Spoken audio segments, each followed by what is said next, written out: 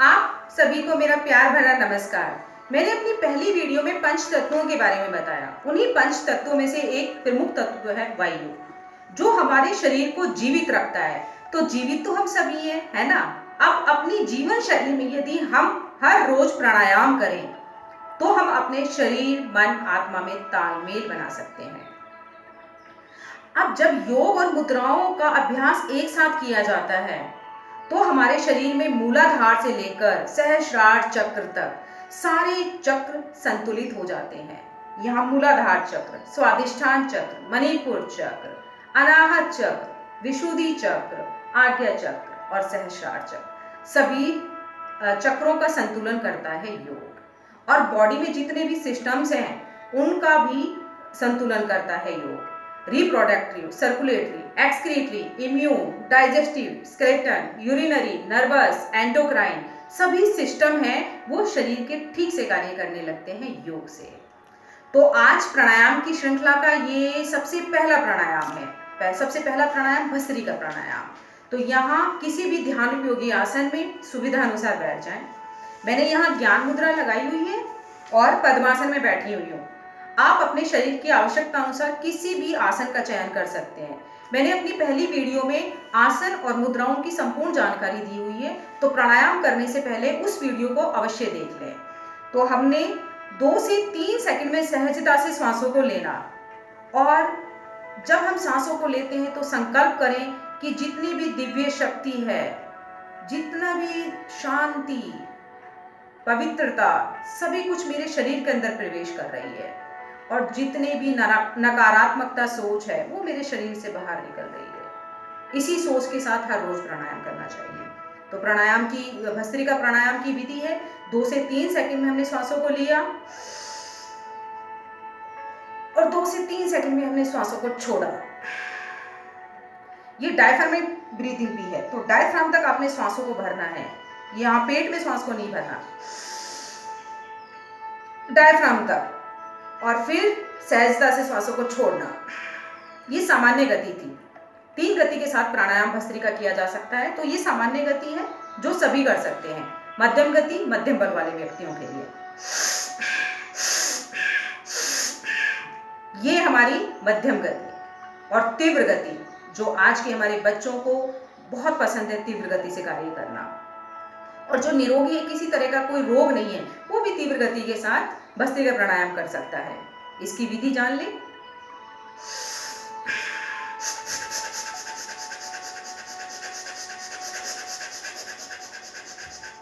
ये तीव्र गति है। तो आप जब 2 से 3 सेकंड में श्वास लेते हैं और 2 से 3 सेकंड में श्वास छोड़ते हैं, तो 1 मिनट में लगभग 10 से 12 बार भस्त्रिका प्राणायाम हो जाता है। और 5 मिनट की एक आवृत्ति हर रोज सामान्य व्यक्ति को करनी चाहिए। लेकिन जिनको असाध्य रोगों से पीड़ित हैं, उनको 2 आवृत्ति, 5-5 मिनट की 2 आवृत्ति हर रोज करें। अब हम इसके लाभ की थोड़ी बात कर लेते हैं कि जब हम नॉर्मल ब्रीथ करते हैं, सामान्य श्वास जब हम ले रहे हैं, सभी लेते हैं सामान्य श्वास, जब हम सामान्य श्वास ले रहे हैं तो 400 से 500 ml ऑक्सीजन हमारे शरीर में जाती है। लेकिन जब हम डीप ब्रीदिंग, भस्त्रिका प्राणायाम करना शुरू करते हैं तो 10 गुना अधिक ऑक्सीजन हमारे शरीर में जाती है। और ऑक्सीजन अधिक जाएगी तो लंग्स की कार्य क्षमता बढ़ती है। हार्ट में भी ऑक्सीजन की मात्रा इंक्रीज होने लगती है। और जैसे ही हार्ट में ऑक्सीजन की मात्रा इंक्रीज होने लगती है तो आपकी जो जितनी भी जो सेल हैं वो डिजनरेट कम होने लगती हैं। और इसमें और है कि हर एक प्राणायाम में इम्यून सिस्टम तो हमारा स्ट्रॉन्ग होता ही होता है। लेकिन जब हम भस्त्रिका करते हैं तो हमारा सबसे ज़्यादा रेस्पिरेटरी सिस्टम सबसे ज़्यादा स्ट्रॉन्ग होता है इससे। तो आज का जो वक्त है कि यहाँ आज कोरोना है, जो आज वैश्विक महामारी बन चुका है, तो उसके बचाव के लिए भस्त्रिका प्राणायाम है वो बहुत ही लाभदायक है, क्योंकि डीप ब्रीदिंग करते हैं हम भस्त्रिका प्राणायाम में। और इसकी कुछ विशेष सावधानियां हैं कि जिनको बीपी है या उच्च रक्तचाप है, या फिर जिनको हम बोले हृदय रोग है या हर्निया है या किसी असाध्य रोग से पीड़ित हैं, तो वो इसे सिर्फ धीमी गति के साथ करें, तेज गति ना करें। और गर्मियों में ये भस्त्रिका प्राणायाम में शरीर में गर्मी पैदा करता है, तो गर्मियों में धीमी गति के साथ करें और कम समय के लिए भस्त्रिका करें। और खाना खाने में और प्राणायाम करने में लगभग 4 से 5 घंटे का अंतर अवश्य रखें। और पीरियड्स के टाइम भस्त्रिका प्राणायाम, कपालभाति प्राणायाम, बाह्य प्राणायाम और अग्निसार क्रिया, इन चारों को ना करें। और किसी भी तरह का ऑपरेशन अगर हुआ हो तो अपने डॉक्टर की सलाह लेने के बाद ही आप प्राणायाम शुरू कर सकते हैं। इसके बाद हमारा दूसरा मुख्य प्राणायाम आता है कपालभाति प्राणायाम, जिसे किंग ऑफ द प्राणायाम भी कहते हैं, सबसे महत्वपूर्ण प्राणायाम। कपालभाति करते वक्त मन में ऐसा विचार होना चाहिए कि समस्त रोग मेरे बाहर निकल रहे हैं और मैं स्वस्थ हो रहा हूं। इसकी भी आप सामान्य गति, धीमी गति और तीव्र गति, 3 गति के साथ किया जा सकता है। सामान्य गति है जो 1 मिनट में हम 1 स्ट्रोक लगाते हैं कपालभाति का, और धीमी गति है जब हम 2 से 3 सेकंड में 1 स्ट्रोक लगाते हैं, और तीव्र गति तो आप तेजी के साथ भी कपालभाति प्राणायाम कर सकते हैं। अब सामान्य गति है जो हम 1 सेकंड में 1 स्ट्रोक लगाएंगे। इसमें ध्यान देना, श्वासों को बाहर फेंक रहे हैं, श्वासों को बाहर फेंक रहे हैं। श्वास लेना सामान्य रूप से और श्वासों को फेंकना है तेजी से। और जब हम तेजी से श्वासों को फेंकते हैं तो पेट हमारा अंदर जाता है।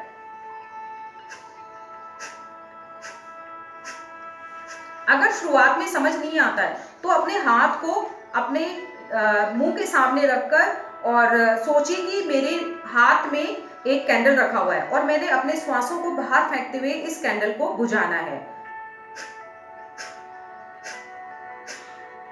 1 सेकंड 1 स्ट्रोक। और दूसरा है ये सामान्य व्यक्ति के लिए है, लेकिन अगर किसी को हाई बीपी है तो वो इसको फिर धीमी गति के साथ करेगा। हृदय रोग है या हाई बीपी है तो उसको धीमी गति के साथ करेगा, बिल्कुल धीमी गति के साथ, बिल्कुल सही करना है। धीमी गति बहुत जरूरी है हाई बीपी और हृदय रोग के लिए। और अगर बिल्कुल स्वस्थ है और निरोगी है, बलवान है, तो वो इसको तीव्र गति के साथ भी कर सकता है।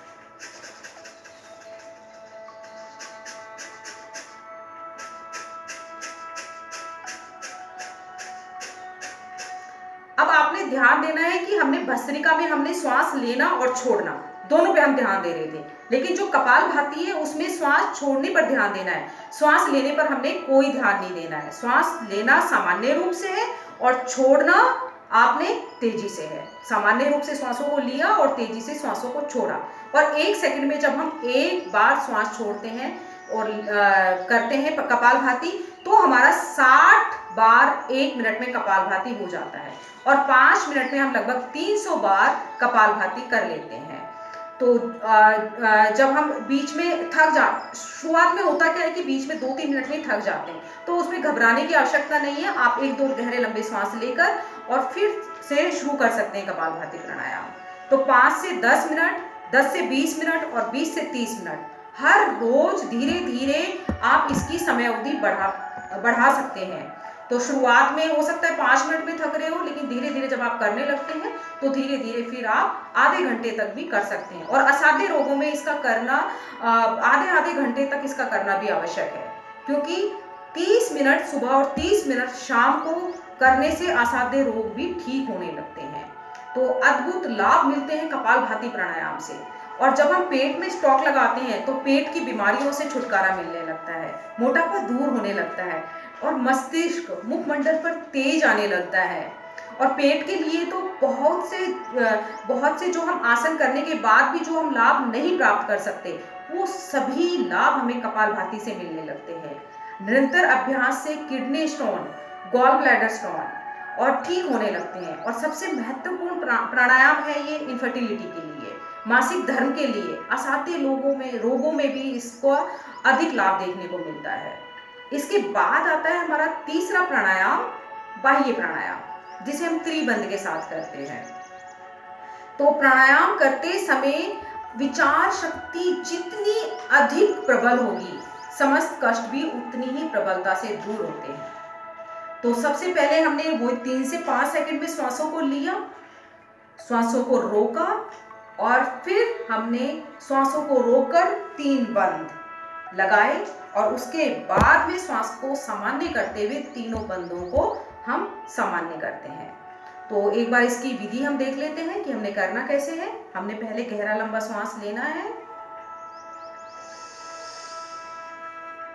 और श्वास को हमेशा डायफ्राम तक भरें। ये श्वास हमने लिया और पूरा श्वास हमने बाहर कर दिया। श्वास को बाहर छोड़कर बाहर ही रोकना है और फिर पेट को पूरा अंदर कमर के साथ लगाने का प्रयास, पूरा पेट कमर के साथ लगाने का प्रयास। और यहां हमने तीनों बंद लगाने, मूल बंद, नाभि से नीचे वाले हिस्से को थोड़ा ऊपर खींचना, ये मूल बंद। उड़ियान बंद, पेट को पीछे कमर के साथ लगाना, उड़ियान बंद। जालंधर बंद, हमने अपनी चिन को यहां कंठकूप में लगाना, ये जालंधर बंद है। और 3 बंद के साथ किया जाता है बाह्य प्राणायाम। आप अपने शरीर की क्षमता अनुसार रुक सकते हैं और जब श्वास लेने की इच्छा हो तो तीनों बंधों को सामान्य करते हुए श्वास लें। अब आप एक बार मैं फिर से बताना चाहूंगी कि पहले हमने मूल बंद लगाया, फिर उड़ियान बंद, फिर जालंधर बंद। तो एक बार फिर से देख लीजिए। ये हमने पूरा गहरा लंबा श्वास लेंगे, पूरा श्वास बाहर, श्वास को बाहर रोककर बाहर ही छोड़ देना है, पेट अंदर। मूल बंद, नाभि के नीचे वाले भाग को ऊपर किया। उड़ियान बंद, पेट को बिल्कुल पीछे लगा दिया। जालंधर बंद, चिन को कंठकूप में लगा दिया। त्रिबंध के साथ किया जाता है बाह्य प्राणायाम। और जब श्वास लेने की इच्छा हो तो तीनों बंधों को सामान्य करते हुए हम बाह्य प्राणायाम करते हैं। अब इसका एक मिनट आप इसको 3 आवृत्तियां हर रोज करें। 3 से 5 आवृत्तियां हर रोज की जा सकती हैं, जिसमें हमारा लगभग 3 मिनट का समय लगता है और इसके लाभ भी अद्भुत देखने को मिलते हैं। यहाँ भी मूल आधार से लेकर सहस्रार चक्र तक हमारे सभी चक्र एक्टिव होने लगते हैं। और यहाँ जिनको सबसे ज्यादा बीमारियों में इसमें फायदा होता है, यूरिन डिसऑर्डर, पाइल्स या एनस के बाहर निकलने की समस्या है, हर्निया है, डायबिटीज है आदि रोगों में तो इसकी 10 से 11 आवृत्तियां हर रोज कर लें तो ज्यादा अच्छा होता है। और सर्वाइकल सावधानी का एक विशेष ध्यान रखें कि अगर सर्वाइकल स्पॉन्डिलाइटिस है तो आपने ये जालंधर बंद, ये अपनी चिन को यहाँ कंठकूप में नहीं लगाना। अगर सर्वाइकल स्पॉन्डिलाइटिस है तो आपने सिर्फ 2 बंद के साथ ही बाह्य प्राणायाम करना है। अब इसकी एक सहयोगी क्रिया है अग्निसार क्रिया, जो हम बाह्य प्राणायाम के बाद करते हैं, वो भी एक बार कर लेते हैं। हमने गहरा लंबा श्वास लेना है 3 से 5 सेकंड में। डायफ्राम तक हमने श्वासों को भरा और पूरा श्वास बाहर। अब श्वासों को बाहर छोड़कर बाहर ही रोक देना है। योग की भाषा में इसको पूरक बोलते हैं। श्वासों को बाहर छोड़ना पूरक, श्वासों को लेना रेचक और श्वासों को रोक कर रखना कुंभक। अब हमने श्वासों को बाहर रोककर बाहर ही छोड़ देना है और फिर रुके हुए श्वास में पेट में हमने अंदर बाहर, पेट को अंदर बाहर करना है।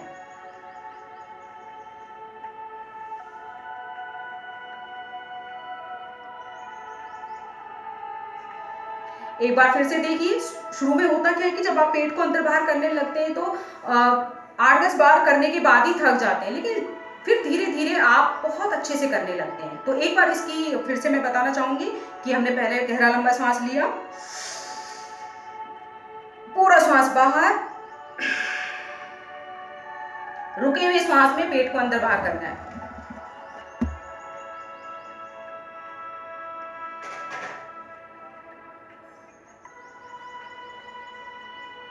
रुके हुए श्वास में आपने पेट को अंदर बाहर करना है और उसके बाद में आपने अपने श्वासों को सामान्य कर लेना है। तो इससे होता क्या है कि जो शरीर में इंसुलिन की मात्रा संतुलन होने लगती है और मोटापा दूर होने लगता है, कॉन्स्टिपेशन बिल्कुल ठीक होने लगता है और यहाँ गैस, पाइल्स, यूरिन डिसऑर्डर आदि समस्याओं में भी लाभ मिलने लगता है। तो इसकी जो सावधानियां मैंने बताई कि इसमें सावधानी का वही है कि जो मैंने भस्त्रिका में सावधानियां बताई हैं वो सभी सावधानियां इन चारों चीजों में काम करती है। भस्त्रिका, कपालभाति और उसके बाद में हमारा बाह्य प्राणायाम और अग्निसार क्रिया, इन चारों में सेम सावधानियां काम करती है कि आपने धीमी गति के साथ करना है, अपनी क्षमता के अनुसार करना है। नमस्कार।